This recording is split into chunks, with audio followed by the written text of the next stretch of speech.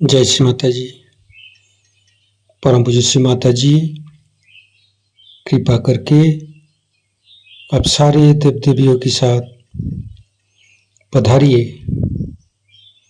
और आप ही की ये ध्यान और मेडिटेशन के दरबार को ध्यान से, निर्विचारिता से आनंद उपभोग कराइए। हम सब सारी विश्व की सभी शांत और शुद्ध आत्मा आप ही की प्रतीक्षा कर रही है। माँ, कृपा करके आप पधारिए। परम पूज्य श्री माता जी, आप ही की श्री चरण कमल पर कोटि कोटि नमन। कुंडली उठा के बंधन लेंगे।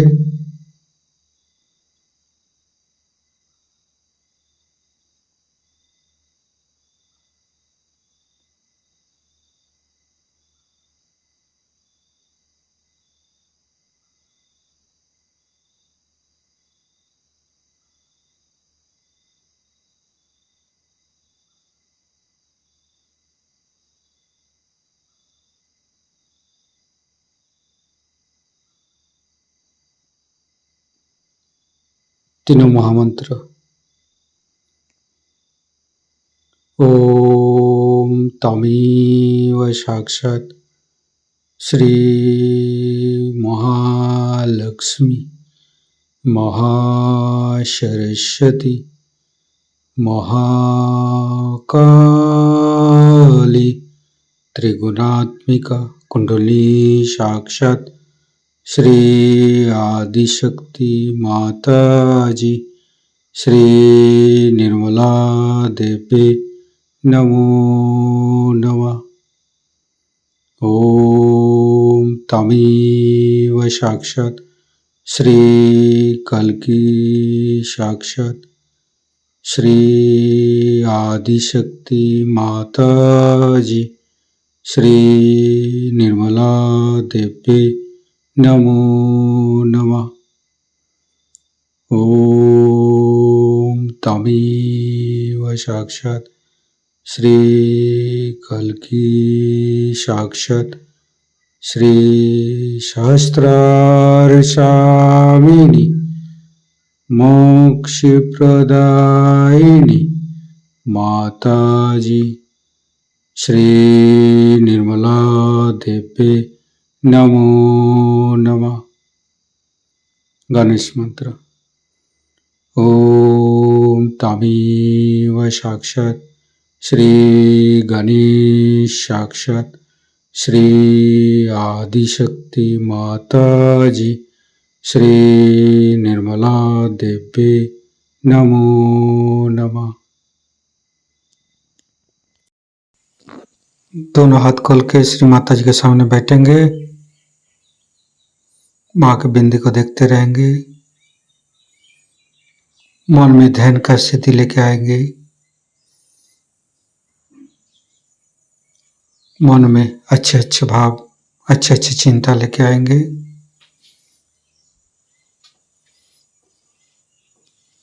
परम पूज्य श्री माता जी,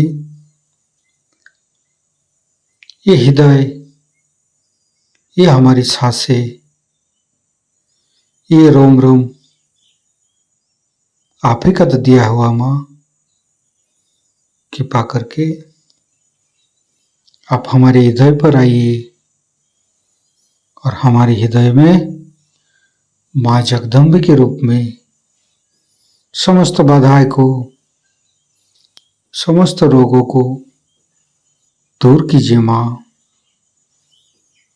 हे आदिशक्ति माँ, कृपा करके हमारे हृदय को सच कीजिए। सच हृदय कमलासन पर श्री चरण को स्थापित कीजिए। माँ, संपूर्ण चित्त अपना हृदय पर परम पूज्य श्री माता जी को देखते रहेंगे। हृदय के अंदर परम पूज्य श्री माता जी, आपकी पूजा हमारे हृदय पर होने दीजिए। माँ, हे आदिशक्ति माँ, हम अज्ञानी हैं।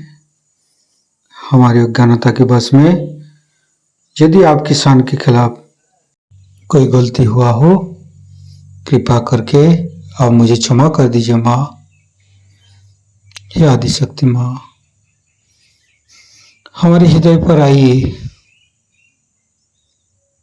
फिर धीरे धीरे चित्त को हम मूलाधार चक्र पर ले जाएंगे। लेफ्ट मूलाधार, राइट मूलाधार, मध्य मूलाधार देखते रहेंगे। हे भगवान, हे आदिशक्ति माँ, आप ही तो प्रभु गणेश है। कृपा करके हमारे शरीर की तीनों नाड़ी, सातों चक्र के अंदर समस्त दोषों को, समस्त रोगों को, समस्त बाधाओं को दूर कीजिए माँ। हे परमपिता परमेश्वर, हम कभी अतीत में चला जाते, कभी भविष्य में चला जाते, हमें मध्य में स्थापित कीजिए, हमें वर्तमान में स्थापित कीजिए माँ। संपूर्ण चित्त शरीर के मध्य भाग पर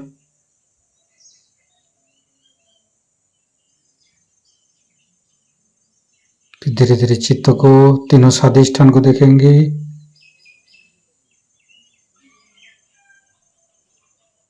तीनों नाभि, लेफ्ट, राइट, मध्य। श्री माता जी, आप ही तो संतोष प्रदान करते हैं। कृपा करके हमें संतोष प्रदान कीजिए, हमें उदार बनाइए। फिर धीरे धीरे चित्त को लेफ्ट हृदय, हे आदिशक्ति माँ, आपकी परम कृपा में हम शुद्ध आत्मा है। कृपा करके हमारी आत्मा को परमात्मा के साथ जोड़िए माँ। हे आदिशक्ति माँ, आप ही तो शिव पार्वती है। कृपा करके हमारे बाएं हृदय पर आइए और हमारी आत्मा को परमात्मा के साथ जोड़िए। धीरे धीरे चित्त को राइट हृदय, परम पूज्य श्री माता जी, आप ही तो सीताराम जी है। कृपा करके हमारे राइट हृदय पर आइए और हमें मर्यादा प्रदान कीजिए, हमें मर्यादित बनाइए। श्री सीताराम बार बार करेंगे। श्री सीताराम, श्री सीताराम, श्री सीताराम, श्री सीताराम, श्री सीताराम, श्री सीताराम, श्री सीताराम, श्री सीताराम, श्री सीताराम, श्री सीताराम, श्री सीताराम, श्री सीताराम। साक्षात श्री आदिशक्ति माता जी, श्री निर्मला देवी नमो नमः। धीरे धीरे चित्त को मध्य हृदय, परम पूज्य श्री माता जी, कृपा करके हमारे मध्य हृदय पर आइए और हमें साहसी बनाइए। फिर संपूर्ण चित्त, तीनों विशुद्धि, लेफ्ट विशुद्धि, राइट विशुद्धि, मध्य, परम पूज्य श्री माता जी, कृपा करके हमारी गला में माधुर्य प्रदान कीजिए माँ। श्री माता जी, आप ही तो राधा कृष्ण है। कृपा करके हमारे गला पर आइए। फिर धीरे धीरे चित्त को फ्रंट आज्ञा, परम पूज्य श्री माता जी, हमें क्षमाशील प्रदान कीजिए। जीसस मेरी माता मंत्र लेंगे। ओम तमेव साक्षात श्री जीसस मेरी माता, साक्षात श्री आदिशक्ति माता जी, श्री निर्मला देवी नमो नमः। फिर वैकग्य शास्त्रार्थ। परम पूज्य श्री माता जी, हमारे अंदर अहंकार पति अहंकार को दूर करके हमारे ब्रह्मरंध्र को खोल दीजिए। हमारे शास्त्रार्थ पर आइए। संपूर्ण चित्त शास्त्रार्थ पर रखेंगे। शास्त्रार्थ के साथ लेफ्ट हृदय को जोड़ेंगे, राइट हृदय के साथ शास्त्रार्थ को जोड़ेंगे, फिर मध्य हृदय के साथ जोड़ेंगे, फिर संपूर्ण चित्त शास्त्रार्थ पर रखेंगे। परम पूज्य श्री माता जी, हमारे ऊपर ऐसी कृपा कीजिए ताकि आपकी अमृत वाणी को हम शास्त्रार्थ से ग्रहण कर सकें। संपूर्ण चित्त शास्त्रार्थ पर परम पूज्य श्री माता जी को अमृत वाणी हम शास्त्रार्थ से ग्रहण करेंगे। आज नया साल का शुभ दिवस है। आप सबको शुभ आशीर्वाद।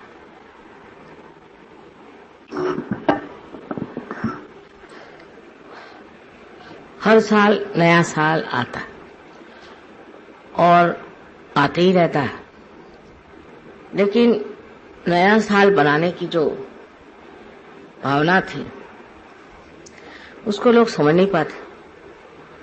सिवाय इसके कि नए साल के दिन नए कपड़े पहनेंगे, खुशी मनाएंगे,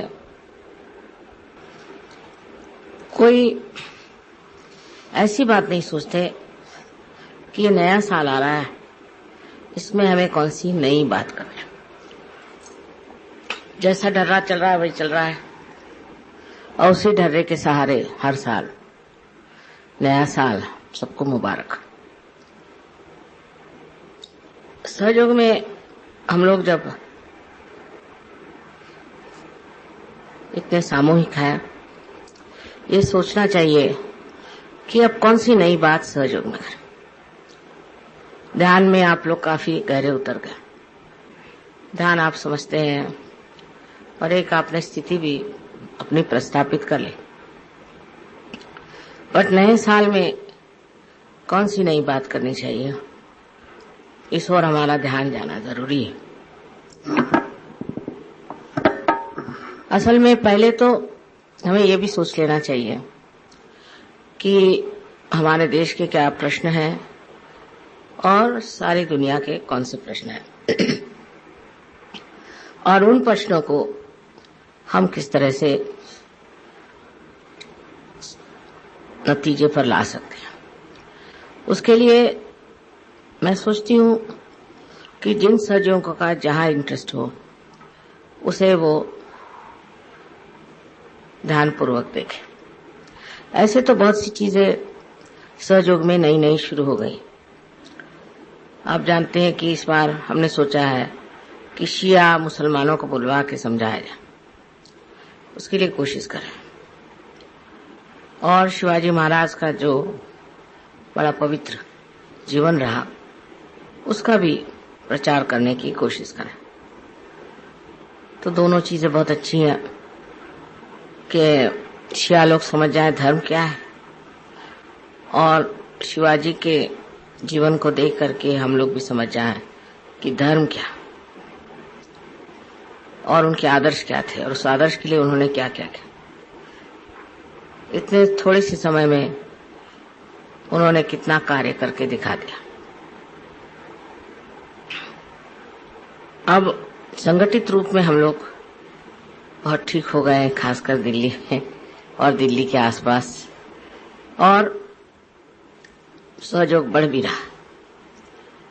उसके साथ साथ ये भी सोचना है कि हमारे अंदर गरुआपन आ रहा है या नहीं। बस अगर सहयोग बढ़ रहा है, उसकी क्वांटिटी बहुत बढ़ रही है, तो क्वालिटी आई कि नहीं ये बहुत जरूरी तो सोचना और उसकी तरफ ध्यान देना चाहिए। इसके और मैं ये कहूंगी कि ध्यान धारणा आदि के जो कुछ भी आपके ग्रुप्स चल रहे हैं उधर थोड़ा आप लोग मद्देनजर करें, जाके देखें क्या चल। और अपनी तादाद बढ़ाने के लिए आसपास के जो गांव हैं या इस पे जो आपने कार्य किया है, इसी प्रकार और भी आप आगे बढ़ सकें। लेकिन इस नए साल में आपको ये ख्याल करना चाहिए कि हम लोगों ने जैसे कि बहुत से प्रोजेक्ट्स निकाले जिससे हम लोगों के पास से फ्लैट्स आ गए, घर आ गए और आश्रम भी बन रहा है, ये भी अच्छी बात है।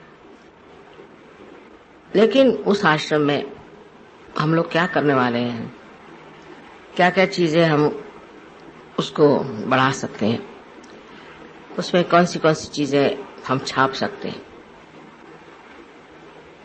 जिससे कि हमारे बारे में लोग जाने। एक चीज मैं सोचती हूँ कि ये बहुत साल पहले मैंने सोचा था कि एक न्यूज़पेपर जरूर सहयोग का चलना चाहिए। तो बंबई में एक सहयोग का न्यूज़पेपर चल पड़ा, उन्होंने कुछ ऐसी गलतियां कर दी कि वो बंद करना पड़ा। लेकिन अब इतने तादाद में लोग हैं तो हम जैसे आपका न्यूज़ लेटर आता है वहां से उसको ट्रांसलेट करते हैं, तो उसमें ज्यादातर बाहर के बारे में आता है। इसी की तरह हिंदुस्तान के बारे में भी आप खबर लोगों को दे सकते हैं और कार्य कर सकते हैं। अब मैं सोचती हूँ 3 पैमानों पर खास ध्यान देना है, जिसका कि जागतिक प्रश्न आज है। उन तीनों चीजों पे आप अगर ध्यान दें तो पहली चीज मेरे समझ में आती है वो है शांति, कि हम अपने अंदर शांति प्रस्थापित करें और बाहर जो अशांति है उसका कारण ढूंढ के निकालें। वो क्यों अशांति है, किस वजह से सारे देश में गड़बड़ या दूसरे देशों में गड़बड़ है, इसकी जड़ें पहले पता लगानी चाहिए और उसमें हम किस तरह से कार्यान्वित हो सकते हैं। अब जैसे कि चेचन्या का प्रश्न है, तो हमने रशियन से बात करी तो उनकी बात वो कहते हैं कि हमारी तो कोई छापता ही नहीं, सब वन साइडेड मामला चल रहा है। तो उन्होंने जो बताया कि चेचन्या में जो गड़बड़ है वो ये है कि हम अगर साम्राज्यवादी हैं और हम अगर डेमोक्रेटिक कंट्री है तो इसमें दोनों में बड़ा फर्क है। डेमोक्रेटिक कंट्री में आप लोकशाही में, जो लोकशाही है उसमें आप किसी भी एक धर्म के ऊपर राज्य नहीं कर सकते, और वो धर्म की जो अपना अकेलापन लिए हुए एक्सक्लूसिव रिलीजन, जैसे ये तीनों धर्म जो हैं, बुद्ध का भी वही हाल है, बुद्ध भी वही और महावीर भी वही। तो ये और ये जो 3 धर्म हैं जो कि 5 इंजिल से आए, जिनको हम कह सकते हैं कि यहूदी, जूस, क्रिश्चियंस और मुसलमान, जो एक एक किताब को सिर्फ मानते हैं और एक ही इनकारनेशन को मानते हैं और इसलिए वो एक्सक्लूसिव है, लेकिन वास्तविक में एक्सक्लूसिव नहीं। अब ये पॉइंट उनको लिखना चाहिए। वो क्या है कि ये सब धर्मों में समझ लीजिए, आप अगर मोसेस की बात लिखें तो उन्होंने इब्राहिम के बारे में कहा, फिर ईसा मसीह आए, उन्होंने मोसेस, इब्राहिम सबके बारे में कहा, फिर जब मोहम्मद साहब आए इन्होंने तो सब तीनों के बारे में, यहाँ तक कि ईसा मसीह के माँ के बारे में लिखा। तो ये धर्म जो है एक्सक्लूसिव नहीं, ये बनाए गए, इसीलिए झगड़ा होता है। और अगर उनसे अगर कोई कहे कि कोई विश्व धर्म बना है तो वो इस बात को बिल्कुल नहीं पसंद करते, क्योंकि फिर वो लड़ेंगे कैसे। जो लड़ने की उनकी जो अभी इच्छा है, प्रवृत्ति है, उसे वो कैसे समाधान दे सकते हैं। इसलिए वो इस चीज को मानने को तैयार नहीं कि धर्म है उनका जो है एक्सक्लूसिव। और ये सारे एक्सक्लूसिव धर्म के ऊपर हम अगर चाहें कि डेमोक्रेसी में एक एक इधर यहूदी आ जाए, इधर वो आ जाए, उधर वो आ जाए, तो झगड़ा चलते ही रहे। इसलिए उनको विश्व धर्म में आना चाहिए। विश्व धर्म में आते ही ये भावनाएं टूट जाएंगी कि हम अलग हैं और वो तो अलग है। अब देखिए अब अगर आप देखें तो आज भी, इस वक्त भी हर जगह धर्म को लेकर के बड़े बड़े संग्राम हो रहे हैं वो सब खत्म हो जाए। अगर ये हो जाए कि ये धर्म एक्सक्लूसिव है ही नहीं, आप लड़ क्यों रहे? एक अगर यहूदी है तो वो मानता है, फिर ईसा मसीह वाले लोग हैं वो मानते हैं कि सब लोग उसी एक एक प्रणाली से ही निकले। जब ये बात है, जब वो कोई सा भी धर्म एक्सक्लूसिव नहीं है, तो ये झगड़ा लेकर के और सारे दुनिया में जो आज क्रंदन चल रहा है वो उसको बंद करना चाहिए। तो उन्होंने यही कहा कि समझ लीजिए अभी चेचिन्या में हे मुसलमानों को हमने राज दे दिया। तो ये मुसलमान कौम अब प्रसिद्ध है कि एक एक आदमी 28 बच्चे तक पैदा करता है, और इन्होंने ऐसे बच्चे पैदा कर करके, और वो तो कहते हैं कि फैक्ट्री है वहां की औरतें, और अपने को मेजॉरिटी बना लिया। अब कल इनको अगर ये राज दे देंगे तो ये फिर यही करेंगे, और फिर आप उनको कैसे रोक सकते? तो इनके धर्म में जो है, जो कुछ भी शक्ति है वो ये है कि हम बहुत बड़े तादाद में, तो ये बढ़ाना कोई मुश्किल है इनके लिए। और इस तरह से ये अगर बढ़ गए तो ये तो सारे रशिया को खा जाएंगे। तो ये रशियन क्यों नहीं होते, किसी एक धर्म को लेकर क्यों चलते? तो मुसलमानों का तो ये है कि अब जैसे हिंदुस्तानी है तो वो पहले मुसलमान है फिर हिंदुस्तानी, ये सारे देशों में है। और अब यहाँ के मुसलमानों ने ऐसी चपत खाई पाकिस्तान में कि हर रोज 18 से लेकर 20 लोग मारे जा रहे हैं जो हिंदुस्तानी।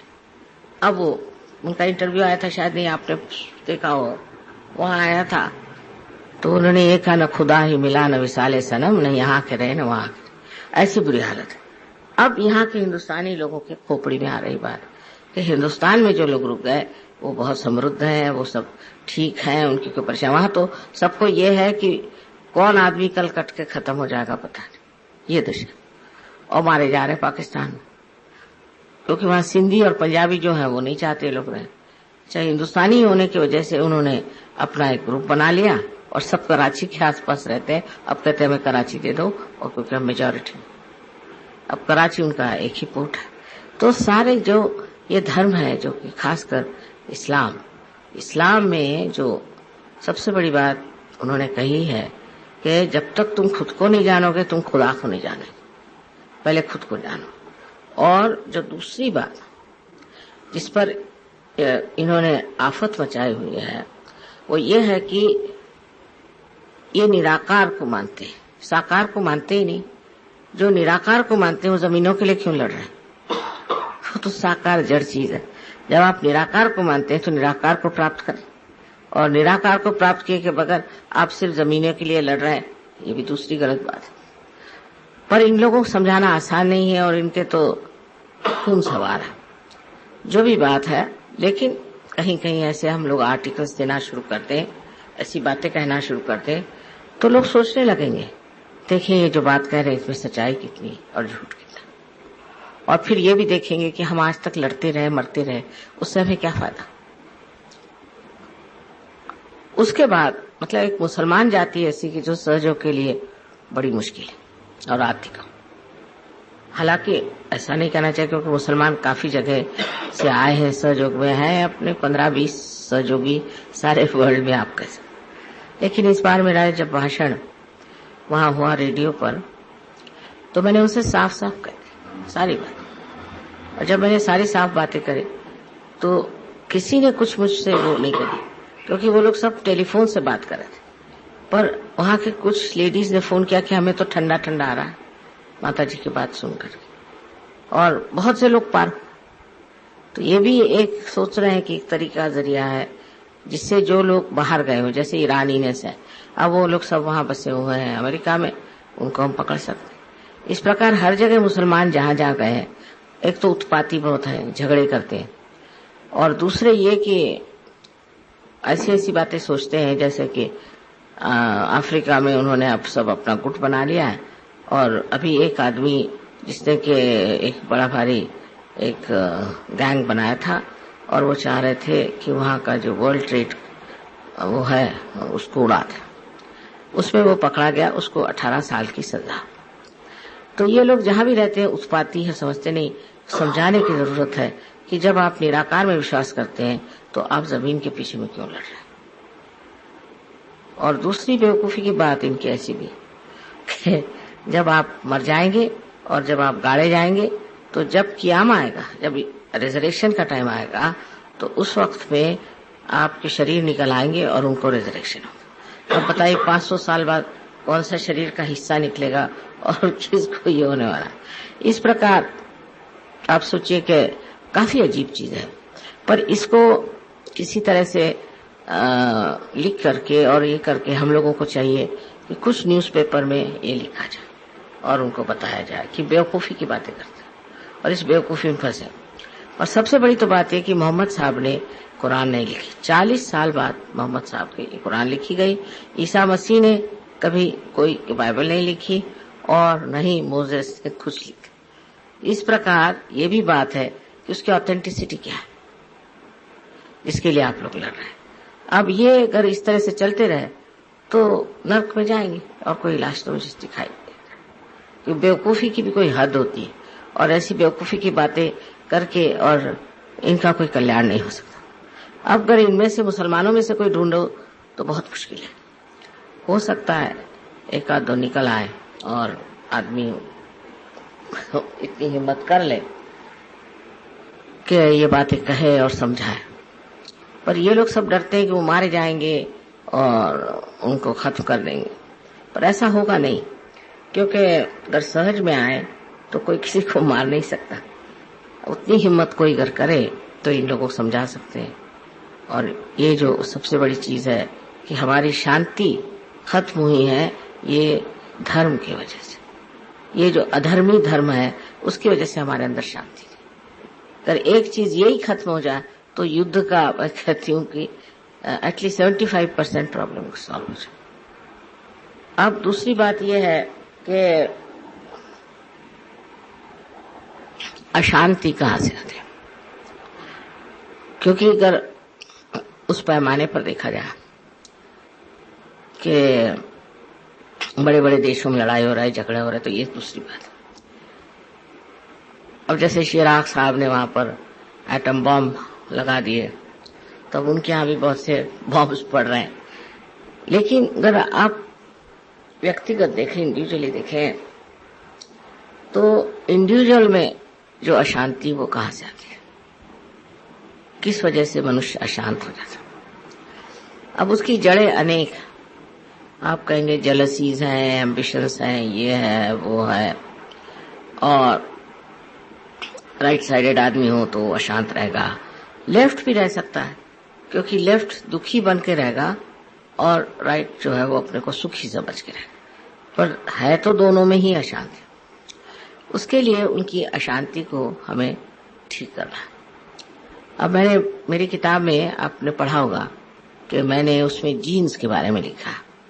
सहज में आने से जीन्स ठीक हो जाते, और जब जीन्स ठीक हो जाएंगे तो इंसान अपने आप शांत हो जाए, कहने की कोई जरूरत नहीं, और उसकी सारी ही तबीयत बदल जाए। तो उसमें मैंने काफी एक्सप्लेन करके बताया है फास्फोरस पे, कि फास्फोरस जो जीन्स में होते हैं, तो जब आदमी ड्राई हो जाता है तो फास्फोरस एक्सप्लोड करता है, वो तो आप जानते हैं एक्सप्लोड करता है। तो अभी गर्ली कर कह रहे थे कि माँ ये तो पॉइंट किसी ने आज तक कहा ही नहीं। एक साहब को फास्फोरस पे 3 लोगों को नोबेल प्राइज मिला, पर ये जो बात आपने कही ये किसी ने आज तक कही नहीं। तो मैंने कहा अभी ये नोबेल प्राइज के लिए तो गए ही हुए हैं, शायद हो ही जाएगा पीस पर बात क्या है कि जब आदमी के अंदर अशांति आ जाती है तो अशांति में ग्रुपबाजी हो सकती है। मैं सोचती हूँ 2 तरह से होती है। एक तो अहंकारी लोगों की होती है, और दूसरी जो कि लेफ्ट साइडेड है, पजेस्ट। अफ्रीका की जो गड़बड़ है वो है पजेस्ट लोग, लेकिन बाकी जो है इनके अहंकार की। तो अगर अहंकार और पोजीशन दोनों को अगर हम लोग नष्ट कर दें तो हम शांत हो जाए, और उस शांति के माध्यम से हम स्वयं ही दूसरों को शांति दे सकते। तो ज्यादा ध्यान इधर करना चाहिए कि भाई देहात में गए, वहां लोगों को रियलाइजेशन दिया, सर उनको शांति का महत्व समझा। अब जैसे नॉर्थ के जो गांव हैं उसमें एक खराबी जो बहुत पाई जाती, वो कि यहाँ पर मुसलमान मेंटालिटी की वजह से औरतों को बहुत दबाया जाता है। और फिर औरतों को जब आप दबाते हैं तो जब वो खड़ी होती हैं तो भी मर्दानों से बढ़ के, तो ये जो रिस्पेक्ट फॉर वीमेन होनी चाहिए। और यहाँ की औरतें भी ऐसी कुछ पिछड़ी हुई हैं कि वो समझ नहीं पाती कि अपना सेल्फ रिस्पेक्ट क्या है। अब सहयोग में मैं देखती हूँ हमारे यहाँ औरतें बड़ी कमजोर है, हालांकि मैं एक औरत हूँ। ध्यान नहीं करना, मतलब बैक बाइटिंग, झगड़ा लगाना, अभी ये धंधे चलते रहते। और सबसे बड़े तो डोमिनेशन। अब ये चीजें जो इन औरतों में आ गई है उससे अपनी शक्तिहीन हो जाती है, क्योंकि औरतों से शक्ति आती है, पोटेंशियल तो वो, और जब वो इस तरह से बिहेव करने लग जाती है तो सारे ही समाज की जो शक्ति है खत्म हो जाती है। तो सबसे बड़ी बात यह है कि अपनी औरतों में शांति प्रस्तापित करना चाहिए, और उसके लिए हस्बैंड में भी शांति होनी चाहिए।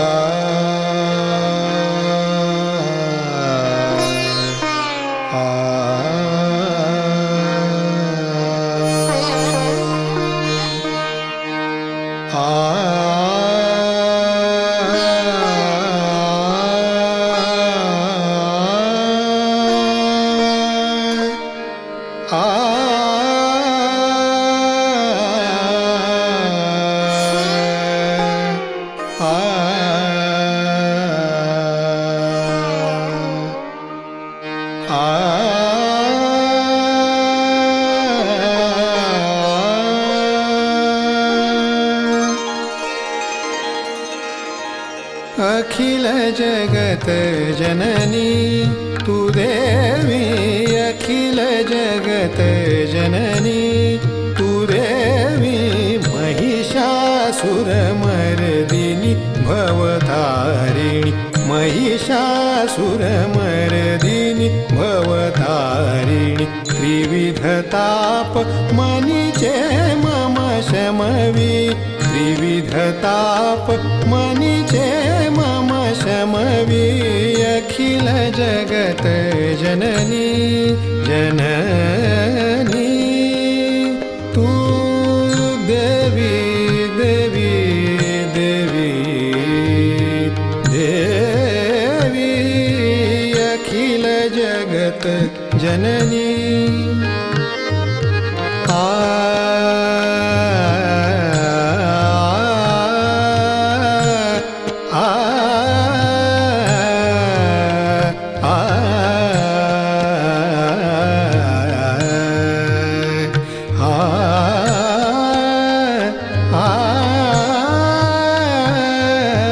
अखिल जगत जननी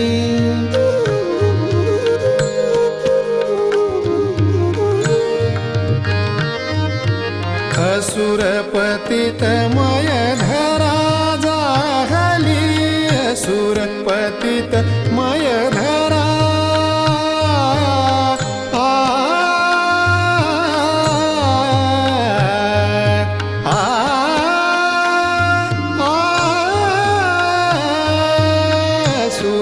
असुरपतितमय धरा जाहली,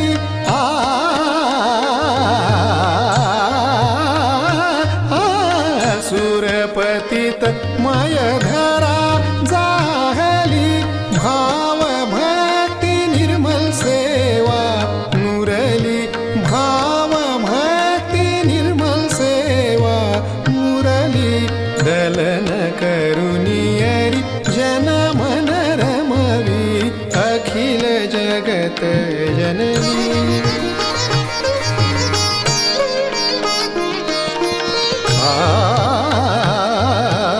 अखिल जगत अखिल जगत जननी,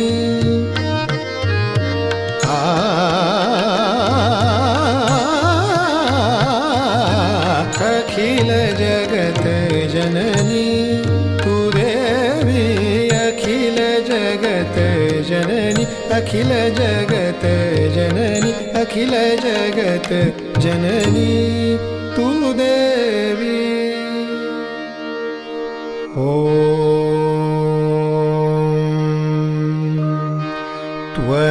त्वमेव साक्षात्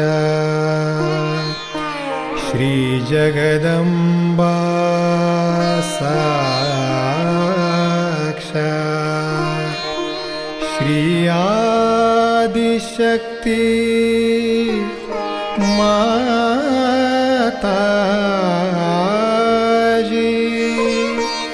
श्री निर्मला देवे नमो नमः, नमो नमः, नमो नमः।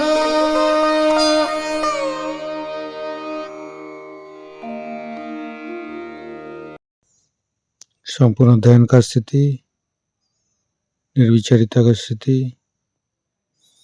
इस स्थिति पर परम पूज्य श्री माता जी को परम चैतन्य अनुभव करते हुए परम चैतन्य की वर्षा अनुभव करते हुए थोड़ी देर रहेंगे। प्रे करेंगे परम पूज्य श्री माता जी। आज का ये मुहूर्त अध्ययन पर आपने जो हमको परम चैतन्य अनुभव कराया, इसके लिए मैं आपको कोटि कोटि नमन। कुंडली उठा के बंधन लेंगे।